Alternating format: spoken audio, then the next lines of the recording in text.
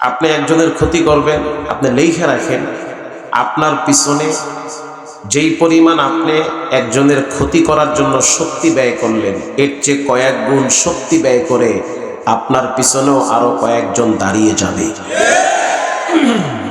কিছু মানুষ আছে মুখে হাসি, মিষ্টি মিষ্টি কথা, সালাম দিয়ে কাছে আইসা মুসাফা কইরা চমৎকার হাসি দিয়া ভালোবাসার বয়ান দেয়, ওই লোকটাই পিছনে গিয়া বিসমিল্লাহ ছাড়া বাস দেয়। তো এই আখলাক অনেকের ভিতরে আছে। তা আমার কথা হলো, ভালো লাগলে সালাম দেন, না লাগলে 100 মাইল দূরে থাকে, এটা দেওয়া ফরজ না, ওয়াজিব না, কিন্তু কারো ক্ষতি করবেন না, কারো ক্ষতি করার চেষ্টা করবেন না। আপনারও বউ বাচ্চা আছে, মা বাবা আছে, আপনাকেও একটা গণ্ডির ভিতরে থাকতে হয়, আত্মীয় স্বজন আছে। আপনি কারো যদি চুল পরিমাণ ক্ষতি করেন, তা আপনার জন্য ক্ষতি করার আরো অনেক রাস্তা আল্লাহ বের করে দিবে। হাদিসে আসছে, যখন আপনি কোনো মানুষকে উপকার করার সামর্থ্য থাকার পরেও উপকার না করেন, যেমন চোখের সামনে একজন মুসলমান বিপদে পড়ছে, একজন মানুষ যখন বিপদে পড়ে আপনার সামর্থ্য আছে তাকে একটু সহযোগিতা করার, কিন্তু আপনি করলেন না। আপনি চিন্তা করলেন মরে যাজ্ঞা, ভূত হয়ে যাজ্ঞা, এটা আমার কি, শেষ হয়ে যাজ্ঞা, এটা করে মরলেই ভালো হবে। বিষয়টা যদি এমন হয় যে আর একজনের বিপদে আপনি আনন্দিত হচ্ছেন, তা আপনি লিখে রাখেন, রাসূল বলেছেন যে এমন জায়গায় তোমার সহযোগিতার প্রয়োজন হবে যেখানে তোমার রব ছাড়া তোমাকে কেউ সহযোগিতা করতে পারবে না। মানে আল্লাহর সাহায্য তোমার ওই সময় খুব বেশি হবে।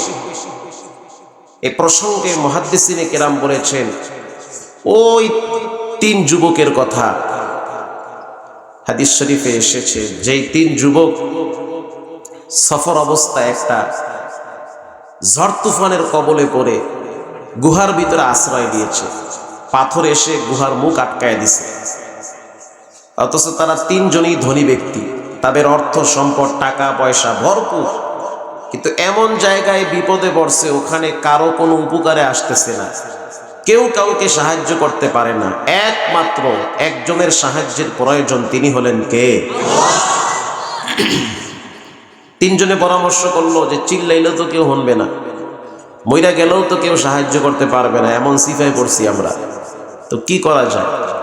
একজনের দোয়া করলো যে ভালো একটা কাজের উসিলা দিয়ে আল্লাহর কাছে দোয়া করি, দেখি ভালো একটা আমল আছে কিনা।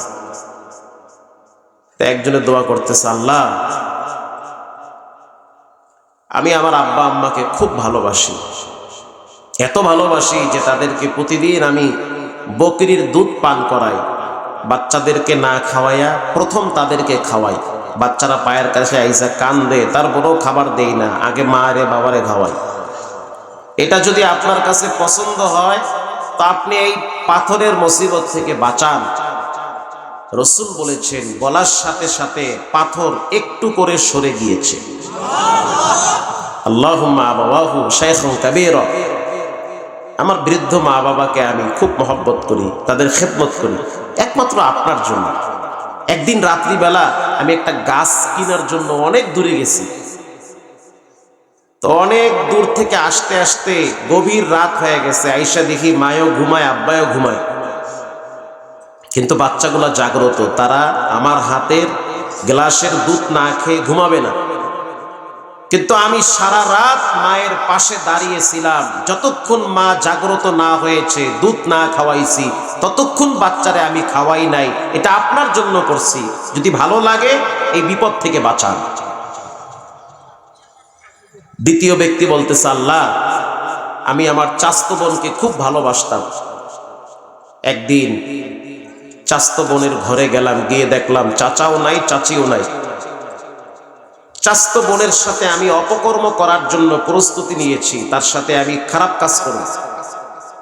ইন দি মিন টাইমে আমার চাচতো বোন বলেছে, ইন্নী আখাফুল্লাহ, আমি আল্লাহরে ডরাই। ওগো আল্লাহ, এটা বলার সাথে সাথে আমার কলিজার পানি শুকায় গেছে আপনার ডরে। আমি চাইলে ওই সময় খারাপ কাজ করতে পারতাম, করি নাই আপনার ডরে।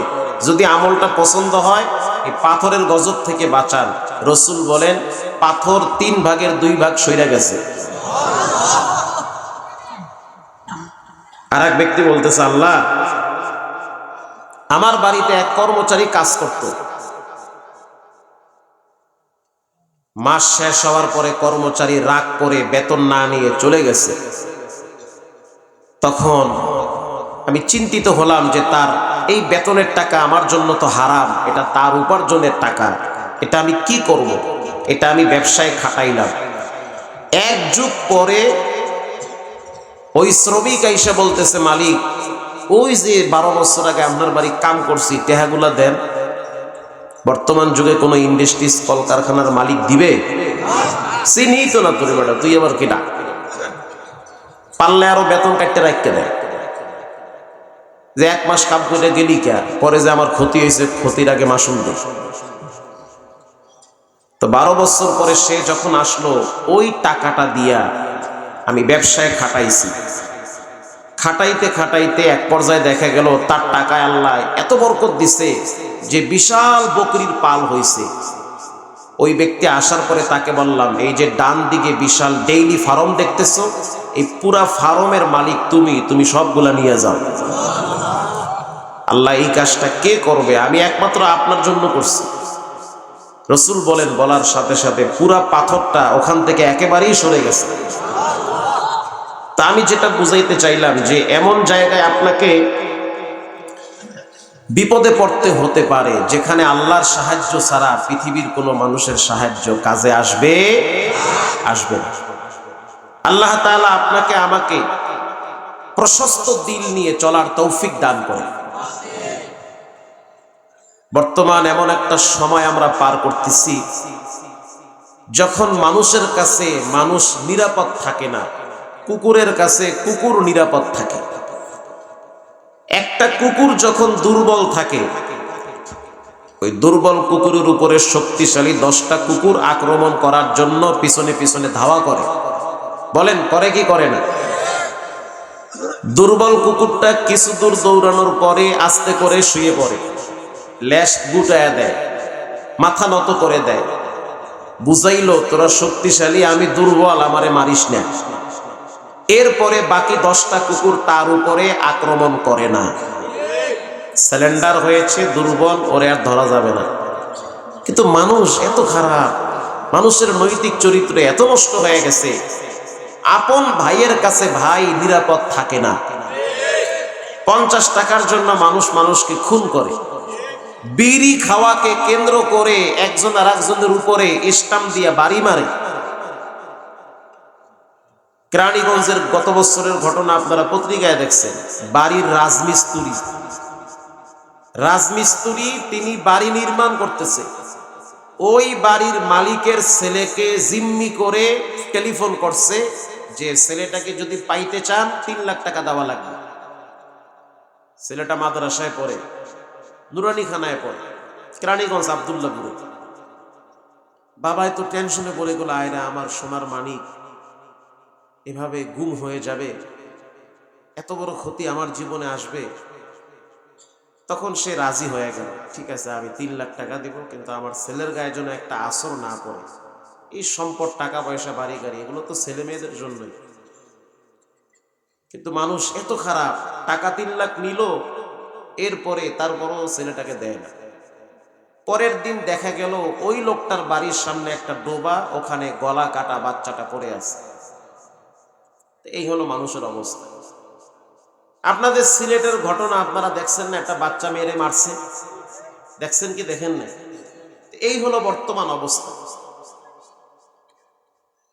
এমন একটা সময় পার করতেছি যেই সময়টাতে এরকম অহরহ ঘটনা ঘটতেছে।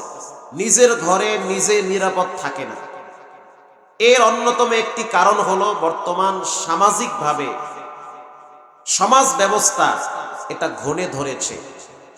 বর্তমান পৃথিবীতে শোষণ হচ্ছে, জুলুম চলতেছে। এই দেশ অনেকভাবে শাসন হয়েছে, শাসন তো হয় নাই, মূলত শোষণ হয়েছে। ভাবির মাধ্যমে, চাচার মাধ্যমে, বিভিন্ন জনের মাধ্যমে এই দেশ শাসন হয়েছে। কিন্তু আমরা প্রকৃত শাসন দেখি নাই। দেখেছি দুর্নীতি, শোষণ, নির্যাতন, জুলুম, স্বজনপ্রীতি, সব দেখা শেষ। এবার আমরা দল মত নির্বিশেষে ঐক্যবদ্ধ হতে চাই, কোরআনের বাংলাদেশ দেখতে চাই। কে কোন দল করে এটা নিয়ে খোসাখুসি বাদ দিয়ে যারা ইসলামের কথা বলবে, আল্লাহর দ্বীন প্রতিষ্ঠার জন্য যারা কাজ করবে, যারা হক হালাল ভাবে জীবন চালায়, যাদের দ্বারা জনগণের আমানত হিফাজত থাকে, এমন মানুষগুলাকে আমরা সংসদে দেখতে চাই। আমি এই বয়ান পারি না, তারপরেও কইতেছি এখন থেকে। বলতে হবে আমাদেরকে, কে জামাত ইসলাম, কে হেফাজতে ইসলাম, কে ইসলামী আন্দোলন, এ সমস্ত ব্যানার চলবে না। আমরা চাই এই জমিনে খেলাফত প্রতিষ্ঠিত হোক। এক কথা, হয় শাহাদাত না হয় খেলাফত। আল্লাহর দ্বীনের জন্য জীবন দিয়ে দিবে। মানুষের জন্য তো মানুষ জীবন দেয়, রক্ত দেয়। নেতার জন্য, নেত্রীর জন্য তো অনেকেই রক্ত দিছে, অনেকে পা হারাইছে, অনেকে চোখ হারাইছে, অনেকেই নেতা নেত্রীর জন্য বছরকে বছর জেলখানায় গেছে।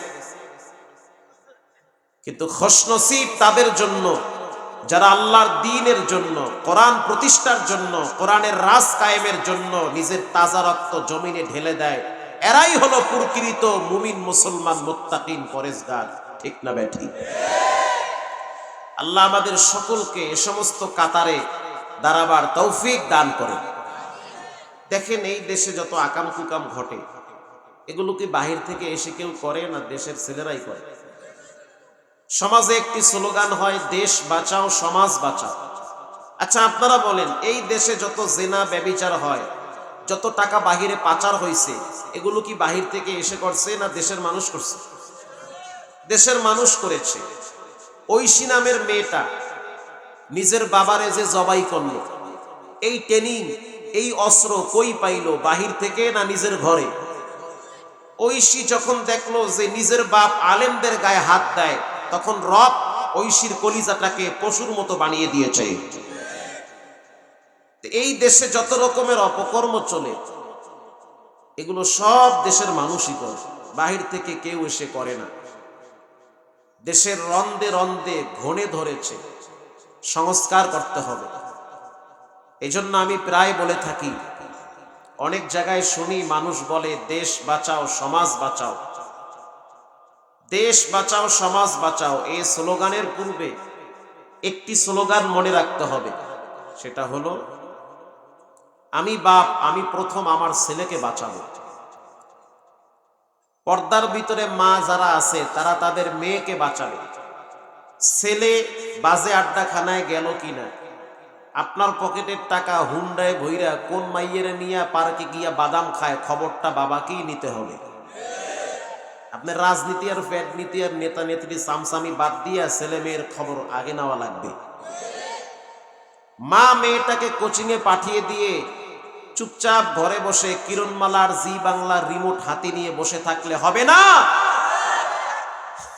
মেয়ের খবর নেওয়া লাগবে, যা আপনার মেয়ে স্কুলের কথা বলে কই যায়, কয়ডারে ঘুরায়, এই খবরও রাখতে হবে। মা যদি মেয়েকে বাঁচায়, বাপ যদি ছেলেকে বাঁচায়, মদ, গাঁজা, হিরোইন, ফেন্সিডিল, এ সমস্ত বাজে আড্ডাখানার থেকে বাপ যদি ছেলেকে বাঁচায়, মা যদি মেয়েকে বাঁচায়, আল্লাহর কসম দিয়ে বলল কাফারা দেওয়া লাগবে না। মেয়েও বাঁচবে, ছেলেও বাঁচবে, সমাজও বাঁচবে, সার্বভৌমত্ব দেশটাও বেঁচে যাবে। জন্মের পরে আমি আমার আব্বারে দেখছি চিকন কঞ্চি নিয়ে মসজিদের বারান্দায় বয়া থাকতে। তখন নানুপুর মাদ্রাসায় পড়তাম। ছুটিতে বাড়িতে আসলে সাধারণত শয়তানে একটু বেশি চাটকে ধরে। অনেক সময় নামাজের টাইমে একটু অলসতামি আছে, জামাত দাঁড়াইছে, একটু দেরি করেই যাই আর একটু হুইয়ে থাই। মাদ্রাসায় গেলে তো ডিসিপ্লিন ঠিক থাকে, কিন্তু বাসায় আসলে শয়তানে একটু ধোকা দেয়। কিন্তু আমি দেখি মাদ্রাসায় গেলে ডিসিপ্লিন কম, কিন্তু বাড়িতে আসলে আমার বাপ এমন বাপ, শক্ত দিনের বাপ, কোনো ছাড় নাই। চিকন কঞ্চি নিয়ে শীতের ভিতরে বয়া থাকে মসজিদের বারান্দা। আমরা 3 ভাই, একদিন যদি দেরি করে ফজরে যাই, পাছার কাপড় টান কইরা বিসমিল্লাহ ছাড়া 3টা বাড়ি মারে। শুধু তাই না, ঘরে গিয়ে দেখি মায়ের উপরে 144 জারি করে। কেমন মাইয়া পোলা পেটে রাখছে, নামাজ পড়ে না, দেরি করে কেন নামাজ? বেনামাজি কোনো ছেলে মেয়ে ঘরে থাকতে পারবে না। রক্ত পানি করে টাকা পয়সা কামাই করি, ছেলে মেয়েরা নামাজ ঠিক মতো পড়বে না, এটা তো হতে পারে না। তো এরকম যদি প্রতিটা বাবা ঘরকে আগে সামলায়, দেশ এমনি ঠিক হয়ে যাবে, এটা ঠিক কথা। কিন্তু কিছু মানুষ আছে চার দোকানে বইয়া বিড়ি খায়, টিভি দেখে, আর ওই চা নিয়ে ব্যস্ত থাকে। বিড়ি টান দিয়া ধোয়া উপরের দিকে দেখে কদ্দূর গেছে। এরপরে কয় দেশ আর দেশ নাই, দেশ ধ্বংস হয়ে গেছে। পোলা বানে টিকটকে আইসা দেখি নাচে, তা আপনি টিভির সামনে বয়ে রয়েছেন। দেশ ধ্বংস হয় না। অমুক মন্ত্রী 14 কোটি টাকা খাইছে, দেশ শেষ। অমুক এমপি এত টাকা মাইরে খাইছে, দেশ ধ্বংস হয়ে গেছে। রে বাবু রে, দেশ ধ্বংস হয় নাই, আপনি নিজে ধ্বংস হয়েছেন। হাদিসে আসছে না, এখানে এই এলাকাটা তো আলেমদের এলাকা। হবিগঞ্জ বানিয়াচং তো আলেমদের ফ্যাক্টরি, অনেক আলেম ওলামা এই দেশে। কথা ঠিক না বে ঠিক? বিশেষ করে মোনাজেরে জামান আল্লামা নুরুল ইসলাম অলিপুরি সাহেব হাফিজাহুল্লাহ তাআলা ওয়া আল্লাহ তার হায়াতে বরকত দান করুন। অনেক আলেম ওলামার দেশ আপনাদের এই সমস্ত অঞ্চলে, অনেক বিখ্যাত বুজুর্গরা এই সমস্ত অঞ্চলে বড় হয়েছে। হাদিসে আসছে, রসুল বলেছেন, কেউ যদি বলে সব শেষ হয়ে গেছে, সব ধ্বংস হয়ে গেছে, সব হালাক হয়ে গেছে, সব ধ্বংস হয় নাই, সে নিজে ধ্বংস হয়েছে। কারণ সে অন্যের চিন্তা করে, নিজের চিন্তা করে না। আলা কুল্লুকুম রাঈন ওয়া কুল্লুকুম মাসউলুন আন রাঈয়াতিহি। প্রত্যেকটা মানুষ দায়িত্বশীল, তার অধীনস্থ সম্পর্কে তাকে আল্লাহ প্রশ্ন করবে। তা আপনারে তো আল্লাহ জিগাইবে আপনার মাইয়া পোলায় কেমনে কেমনে চলছে। মাইয়া পোলার হিসাব নেই, আমি আমার ছেলে মেয়ের হিসাব নেই। যার যার স্থান থেকে সে তার ফ্যামিলি ঠিক রাখুক, প্রত্যেকেই তার স্ত্রীকে কন্ট্রোলে রাখুক, দেশ এমনি ঠিক হয়ে যাবে। এ দেশের ভিতরে দুর্নীতিও হবে না, চুরিও হবে না, আর মসজিদে গিয়া মিষ্টি নিয়ে মারামারিও করবে না। আল্লাহ তাআলা আমাদের সকলকে সঠিকটা বুঝার তৌফিক দান করুন। আরো জোরে বলেন। আমি আপনাদের সামনে মহাগ্রন্থ পবিত্র কোরআনুল কারীম থেকে দুই জায়গা থেকে দুইটা আয়াত তেলাওয়াত করেছি।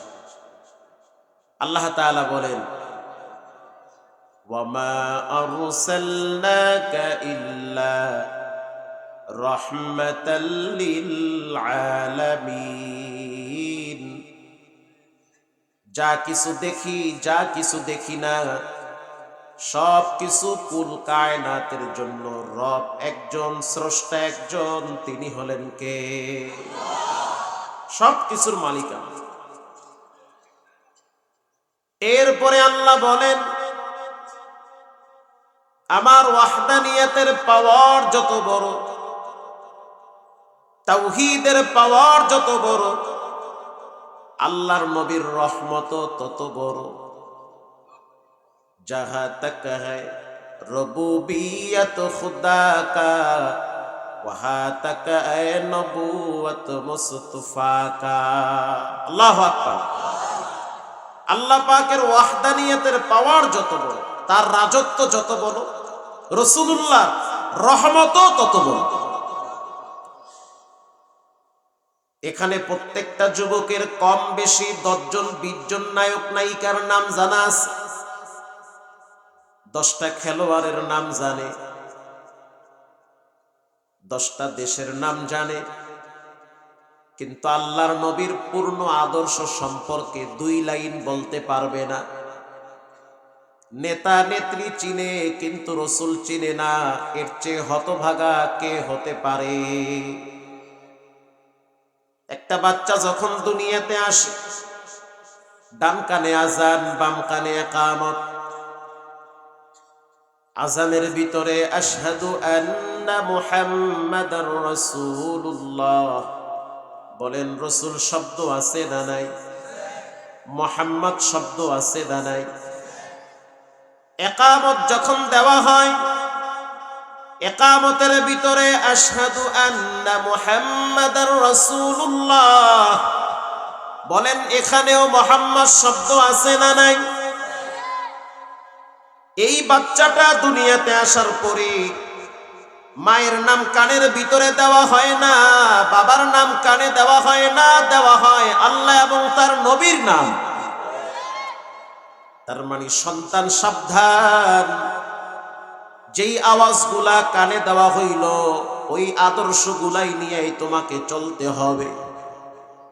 এই বাচ্চাটা যখন বড় হয়, বালেগ হওয়ার পরে হঠাৎ যখন মারা যায়, মারা যাওয়ার পর তার লাশ যখন সামনে রাখে, ইমাম সাহেব যখন দাঁড়ায় তাকবীর দেয়, জানাজা আদায় হয়, বলেন তাকবীরের ফাঁকে ফাঁকে কিছু দোয়া কালাম আছে না নাই?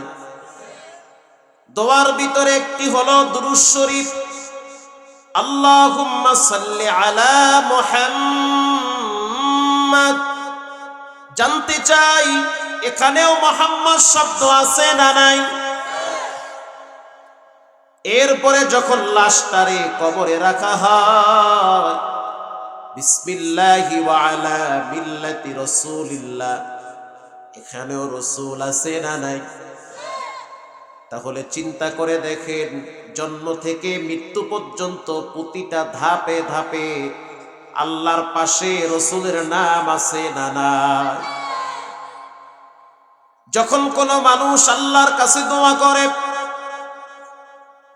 যতক্ষণ পর্যন্ত দুরূদ শরীফ পড়ে না ততক্ষণ পর্যন্ত তার দোয়া আরশে আজিমে যায় না।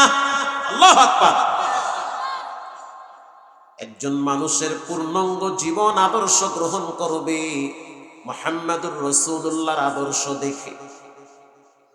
কারণ আল্লাহর নবীর আদর্শ হলো পৃথিবীর ভিতরে সবচেয়ে শ্রেষ্ঠ আদর্শ।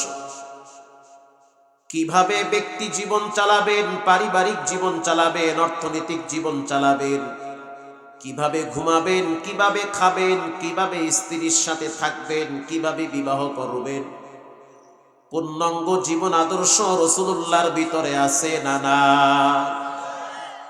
সেই রাসূলকে মানতে হবে। যার জীবনে রাসূলের আদর্শ নাই তার জীবনে কিছুই নাই। আদম আলাইহিস সালাতু ওয়াস সালামকে যখন আল্লাহ দুনিয়ায় পাঠান,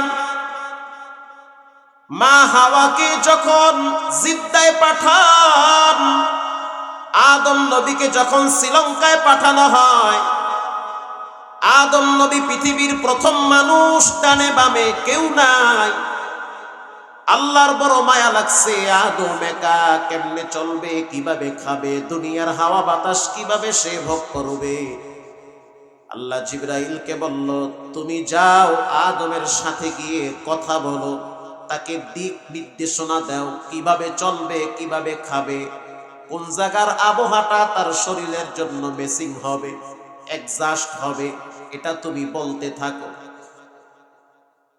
জিবরাইল আমিন আলাইহিস সালাতু ওয়াস সালাম আদম নবীর সামনে যখন প্রথম দাঁড়ায়, খাসাইসুল কুবরায় জালালউদ্দিন সুয়ুতি রাহিমাহুল্লাহ লেখেন, দাঁড়াবার পরে সর্বপ্রথম আদম নবী কানে আঙ্গুল দিয়ে আজান শুরু করে দিলেন। আল্লাহু আকবার। যখন তিনি পড়লেন আশহাদু আন্না মুহাম্মাদার রাসূলুল্লাহ, আদম নবী চমকে উঠলেন। আজান শেষ হওয়ার পর প্রশ্ন করলেন, জিবরাইল, মুহাম্মদ শব্দটা কই পাইলা, কেমনে পাইলা? এই শব্দটাতে আমি জান্নাতের প্রত্যেকটা গাছের পাতায় পাতায় লেখা দেখছি। শুধু তাই না, আরশের পায়ার সাথে আল্লাহর নামের পাশে মুহাম্মদ শব্দটাও লেখা দেখছি। আদম আলাইহিস সালাতু ওয়াস সালাম বলেন, আপনার সন্তানদের ভিতরে সর্বশেষ আল্লাহ তাআলা তাকে নবী হিসাবে দুনিয়ায় প্রেরণ করবে। এবার আদম নবী চোখের পানি ছেড়ে দুই হাত তুলে কান্না শুরু করলেন, দয়ার মালিক আল্লাহ, আপনার নামের পাশে যেই নামটা লেখা দেখছি, নিঃসন্দেহে আপনি তাকে বেশি ভালোবাসেন। ওই নামের উসিলায় আমি আদমকে আপনি মাফ করে দেন। আল্লাহ বলে, জিবরাইল জানায়া দাও মুহাম্মদ নামের উসিলা যদি আরো আগে দিত, আমি রব আরো আগে তারে ক্ষমা করে দিতাম। আল্লাহ তাআলা তার রাসূলকে এত ভালোবাসেন, পৃথিবীর সব নবীদের নাম ধরে ধরে রব্বুল আলামিন ডাকেন, কিন্তু আল্লাহ তাআলা তার প্রিয় রাসূলকে নাম ধরে ডাকেন না, সম্মান সূচক শব্দ ধরে ডাকেন। ইয়া আইয়ুহাল মুযাম্মিল কুমিল লাইলা ইল্লা কলিলা, ইয়া আইয়ুহাল মুদ্দাসসির কুম ফাআনযির। সম্মান সূচক শব্দ দিয়ে তার প্রিয় রাসূলকে আল্লাহ ডাকেন। একজন যুবক যদি পূর্ণ আদর্শবান হতে চায়, সে যেন যুবক মুহাম্মদুর রাসূলুল্লাহর আদর্শ ফলো করে। আল্লাহু আকবার। আল্লাহর নবী হলেন রহমত, শুধু বাচ্চাদের জন্য নয়, তিনি মুরব্বীদের জন্য রহমত। কারণ রাসূল বলেছেন, যে ছোটকে স্নেহ করে না, বড়কে সম্মান করে না, সে আমার উম্মত হতে পারে না। কথা ঠিক না বেঠি? তাহলে মুরব্বীদের জন্য রাসূল রহমত, বাচ্চাদের জন্য রাসূল রহমত, মেয়েদের জন্য রাসূল রহমত, এতিমের জন্য রাসূল রহমত। আল্লাহর রাসূল বলেন, আনা ওয়া কাফিলুল ইয়াতীম কাহাতাইনি ফিল জান্নাহ। কেউ যদি এতিমের লালন পালনকারী হয়, কিয়ামতের ময়দানে এতিমের লালন পালনকারী আর আমি রাসূল একই জান্নাতে থাকব, মাঝখানে কোনো পার্টিশন থাকবে না। বোনের জন্য রাসূল রহমত।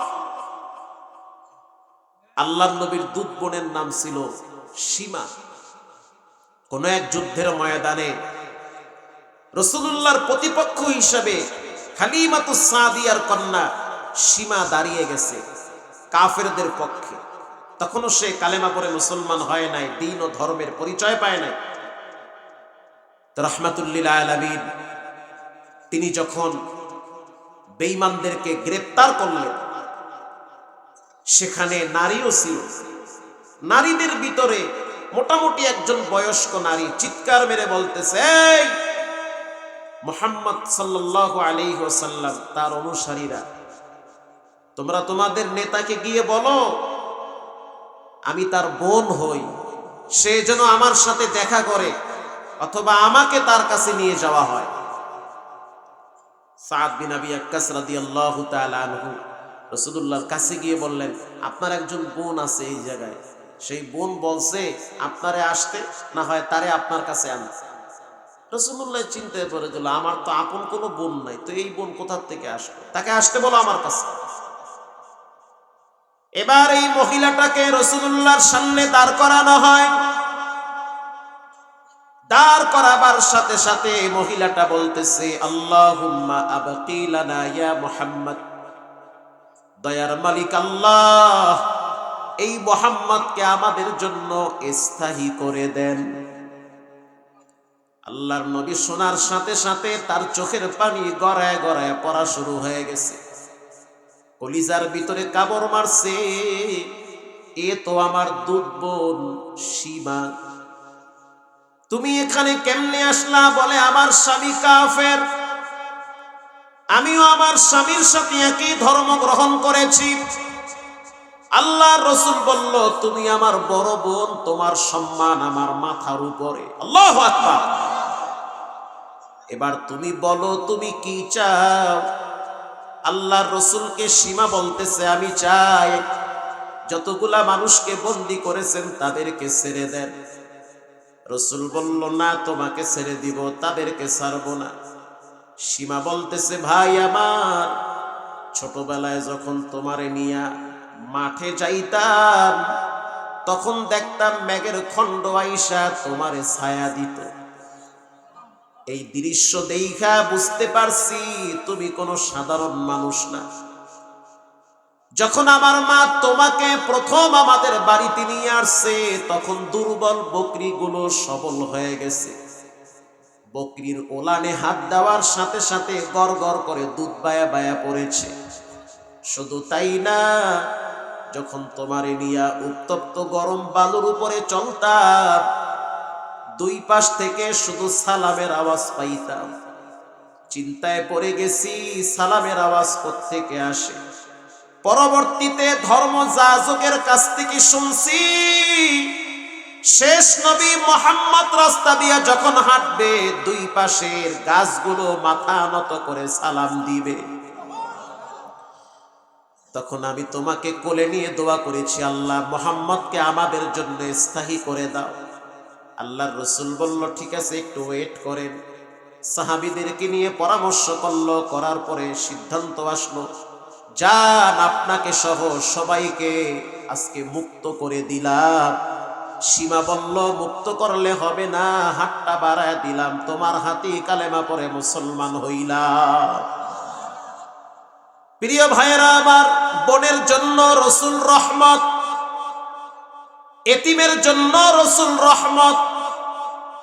আল্লাহর নবী ঈদের দিন ঘর থেকে বেরিয়ে গেলেন ঈদের খুতবা দেওয়ার জন্য।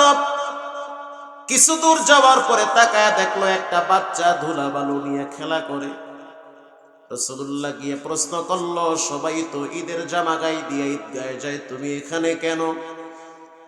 বাচ্চাটা বলতেছে, আমার আব্বা আপনার সাথে তো যুদ্ধে গিয়ে শহীদ হয়ে গেছে, আমার মা সেও দুনিয়াতে নাই, আল্লাহ আমার এতিম বানাইছে। আজকে যদি আমার আব্বায় থাকতো, একটা জামা কিনা আমার শরীরে পরায়া ঈদগাহে নিয়ে যাইতো, কিন্তু এমন কোন আদর যত্ন ভালোবাসা দেওয়ার মতো আমার আপন কেউ নাই। রাসূলুল্লাহর বড় মায়া লাগছে, কারণ নবীও ছিল এতিম। জন্মের আগের থেকে রাসূলুল্লাহ বাবারে হারাইছে, জন্মের পরে মায়েরে হারাইছে। মায়ের ভালোবাসা যার কলিজায় নাই, তার তো ঈমানই নাই। কারণ রাসূল বলেছেন, আল জান্নাতু তাহতা কুদাবিল উম্মাহাত। পৃথিবীর মানুষ ভালো করে শুনে নাও, মায়ের পায়ের নিচে তোমার জন্য তোমার জান্নাত রেখে দিয়েছেন কে? একজন পুরুষ মানুষের সফলতার জন্য দুইটা জিনিস লাগে। একজন পুরুষের সফলতার জন্য দুইটা জিনিসের প্রয়োজন। এক নম্বরে মা বাবার দোয়া, দুই নম্বরে ঘরের স্ত্রীর সাপোর্ট। ঘরের বউ হলো তার শক্তি। বউ যদি তাকে সাপোর্ট করে, সমর্থন করে, তাকে যদি উৎসাহিত করে, পুরুষ সারা রাত দিন গাধার মতো খাটতে পারে, তারপরও দুর্বল হয় না। যেমন আপনি বাহিরে ব্যবসায় লস খাইছেন, ঘরে আসার পরে আপনার স্ত্রী যদি আবার আপনারে বেচকি দেয়, খাইছো লস, কয়দিন পর তো মরেও পাবা না, দেখবেন পুরুষ দুর্বল হয়ে যাবে। আর যদি স্ত্রী নেককার হয়, তখন সে বলবে, লস খাইছেন কি হইছে, আল্লাহ তো আপনার হাত পা ঠিক রাখছে, 3 বেলার জায়গায় 1 বেলা খাবো, তারপরও মন খারাপ করবেন না, শক্ত হয়ে দাঁড়ান, রবের দরওয়াজা আপনার আমার জন্য খোলা আছে। ওই পুরুষ কখনোই পিছিয়ে থাকে না, যেই পুরুষের জন্য দুই দিক থেকে সাপোর্ট আসে। এক, যারা যুবক আছেন লেইখা নিয়েন, নাইলে কপালে লেইখেন। 1 নম্বরে নেককার বউ। বউ যদি দিনদার হয়, স্ত্রীর অক্সিজেন হলো স্বামীর জন্য শক্তি। বাহিরে কাজ করবেন, স্ত্রীর শক্তি লাগে। সে যদি সাপোর্ট করে, সমর্থন করে, সে যদি আপনাকে উৎসাহ দেয়, আপনি রাত দিন খাটবেন, আপনার পরিশ্রম মনে হবে না। আল্লাহর নবী এবার এই বাচ্চাটাকে নিয়ে গেল ঘরে। ঘরে নেওয়ার পর মা আয়েশা রাদিয়াল্লাহু তাআলা আনহার হাতে তুলে দিয়ে বলল, তোমার তো কোনো ছেলে মেয়ে নাই, এই বাচ্চাটাকে তুমি ছেলের মতো মানুষ করো। এতিম তুমি শুনে নাও, আজ থেকে মুহাম্মদ তোমার বাপ, আয়েশা তোমার মা। বাচ্চার মুখে হাসি ফুটে গেছে। আল্লাহর নবীর নাতির একটা জামাই আইনা তৎক্ষণিক শরীরে পরায়া দিছে।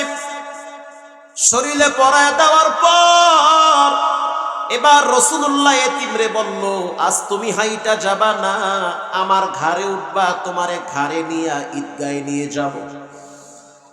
এবার এতিমরে ঘাড়ে নিয়া রাসূলুল্লাহ ঈদগাহে নিয়া মিম্বরে বসাইল, পাশে বসাইছে, একেবারে পাশে লাগায় বসাইছে। উয়ুনুল হিকায়াত ইবনুল জাওজি রাহিমাহুল্লাহ লেখেন 1 ইঞ্চি জায়গা মাঝখানে কোনো ফাঁকা ছিল না। সাহাবীরা আশ্চর্য হয়ে গেল, এটা কোন বংশীয় সন্তান, কোন সম্ভ্রান্ত ফ্যামিলির সন্তান যে কিনা রাসূলুল্লাহর পাশে গিয়ে বসেছে। আল্লাহর রাসূল বলল, পৃথিবীর মানুষ শুনে নাও, কেউ যদি এতিমের মাথায় হাত বুলায় দেয়, যতগুলা চুল তার হাতের ভিতরে পড়বে, প্রতিটা চুলের বিনিময়ে একটি করে নেকি আমলনামায় জমা হয়ে যাবে। একজন সাহাবী গ্রাম থেকে এসে বলল, ইয়া নবী আল্লাহ, আমার দিলটা বড় শক্ত, আমার দিল বড় শক্ত। ডাইনে বামে অনেক মানুষকে দেখি নামাজে দাঁড়াইলে চোখের পানি বের হয়, কেন জানি আমার দিলটা শক্ত, নরম হতে চায় না। আল্লাহর রাসূল তাকে বলল, 2টা কাজ করবা, দিল নরম হবে। 1 নম্বরে এতিমের সহযোগী হও, এতিমের পাশে বসো, এতিমের কষ্টের কথা শুনো, কারণ যার বাপ নাই সে বুঝে বাপ না থাকার কি যন্ত্রণা। 16 সালে চট্টগ্রাম নাজিরহাট বয়ানে গিয়েছিলাম, দাওয়াত দিয়েছে আল্লামা ইদ্রিস সাহেব রাহিমাহুল্লাহু তাআলা। এমন কোন আলেম নাই যারা নাজিরহাট মাদ্রাসার প্রিন্সিপাল সাহেবকে চিনত না। ইন্তেকাল করেছে, আল্লাহ তার কবরটা জান্নাতের টুকরা বানায় দিক। তিনি আমাকে বলল, আপনি বাদেশা বয়ান করবেন। বাদেশায় বয়ানে বসলাম। ওই মাদ্রাসার ছাত্র সংখ্যা প্রায় 7 থেকে 8,000, অনেক বড় মাদ্রাসা। তা আমি বয়ানের ফাঁকে বলেছিলাম, এ বাংলার জমিনে এমনও মায়ের সন্তান আছে ঘুমের ভিতরে আল্লাহর কোরআনের তেলাওয়াত করে। বয়ান শেষ হওয়ার পর পাশের মাদ্রাসার একজন হাফেজ সাহেব বলল, হুজুর, দেশের অবস্থা খুব খারাপ, হরতাল চলে, মারামারি চলে, যেতে পারবেন না, আজকের রাতটা আমার মাদ্রাসায় থেকে যান। গেলাম তার মাদ্রাসায়। তিনি আমার হাত ধরে বলতেছে, হুজুর, আমার মাদ্রাসায় একটা ছেলে আছে যে কিনা ঘুমের ভিতরে আল্লাহর কোরআন পড়ে। আমি বললাম, শুনে নেন, আল্লাহর ওলি তালাশ করতে অনেক দূরে যাওয়া লাগবে না, ওই বাচ্চাটাই হলো খাঁটি আল্লাহর ওলি যে কিনা ঘুমের ভিতরে কোরআন পড়ে। ফজরের নামাজের পর সব ছাত্রদেরকে দেখলাম মসজিদের বারান্দায় বসে বসে সূরা ইয়াসিন তেলাওয়াত করে। নামাজের পরে আমিও বসে বললাম, বাচ্চাদের তেলাওয়াত তো শুনতে বড় মজাই লাগে, এক একজনের পড়ার ঢং এক এক রকম, লাহান এক এক রকম, মনে হয় যেন এক জান্নাতি পরিবেশ। আল্লাহু আকবার। এরপরে দেখলাম হাফেজ সাহেব সবাইকে বলল, তোমরা চলে যাও তোমাদের রুমে। একজনকে ইশারা দিয়ে বলল, তুমি একটু কাছে আসো, তোমাকে যেতে হবে না। বাচ্চাটা কাছে আসছে, দাঁড়ায় রইছে। আমি বললাম, বসো। বসেই পড়ল।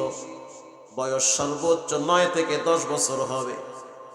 হাফেজ সাহেব বলল, হুজুর, এই ছেলেটাই ঘুমের ভিতরে কোরআন পড়ে, বিশেষ করে জুমার রাত্রে কন্টিনিউ, প্রতি জুমার রাত্রে সে কোরআন পড়বে, এটা আমরা সবাই তার তেলাওয়াত শুনি।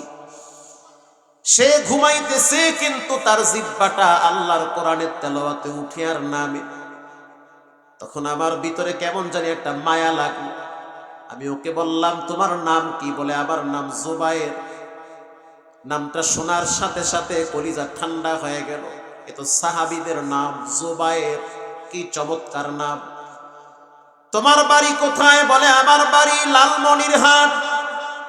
কোথায় সেই লালমনিরহাট আর কোথায় হলো নাজিরহাট? কেমনে আসলো? বলার সাথে সাথে কথাই বলে না, চুপ হয়ে গেছে। আমি বললাম, কিভাবে আসছো? প্রায় 800 কিলোমিটার দূরত্ব, ওখান থেকে এখানে কেমনে আসলা? একটু পরে তাকায়া দেখলাম চোখের পানি টপটপায়া পড়তেছে, জামার আস্তিম দিয়ে মুছতেছে। বাচ্চা মানুষ নাক টানতেছে আর চোখের পানি মুছতেছে, নাকের পানি আর চোখের পানি একাকার। আমি হাফেজ সাহেবের দিকে তাকায় আশ্চর্য হয়ে গেলাম, কি হইল, কেন কাঁদে? হুজুর ওর তো বাপ নাই। ওর যে বাপ নাই শুধু তাই না, মাও নাই, জনমের এতিম। আমি ওকে বললাম তোমার বাবার নাম কি? বলে আব্বার নাম হলো আলী আসগর। বাবাই কই? বলে হুজুর বাবা গাড়ি অ্যাক্সিডেন্টে মারা গেছে, মাও ক্যান্সারে মারা গেছে। মৃত্যুর পরে আমারে আমার চাচা এখানে রাইখা গেছে। 1 বছর হয়ে গেছে বাড়িতে যাই না, কারণ এতিমের কলিজার কষ্ট পৃথিবীতে কেউ বুঝে না।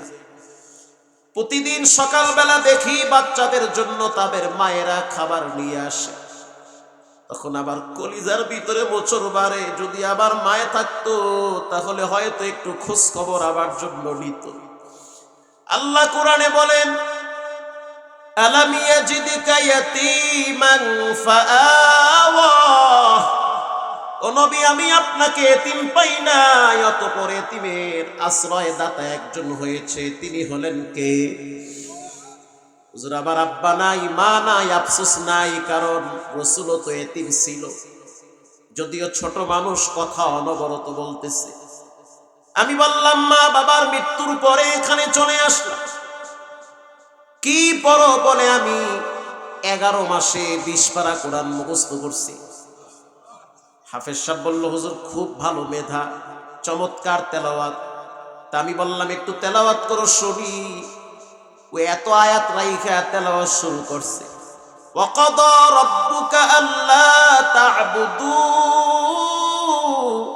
ইল্লা ইয়াহু ওয়া বিল ওয়ালিদাইনি ইহসানা ইম্মা ইয়াবলুগান্না ইনদাকাল কিবারা আহাদুহুমা আও কিলাহুমা ফালা তাকুল লাহুমা উফফিন ওয়ালা তানহারহুমা ওয়া কুল লাহুমা কাওলান কারীমা واخفض لهما جناح الذل من الرحمة وقل رب ارحمهما كما ربياني صغيرا।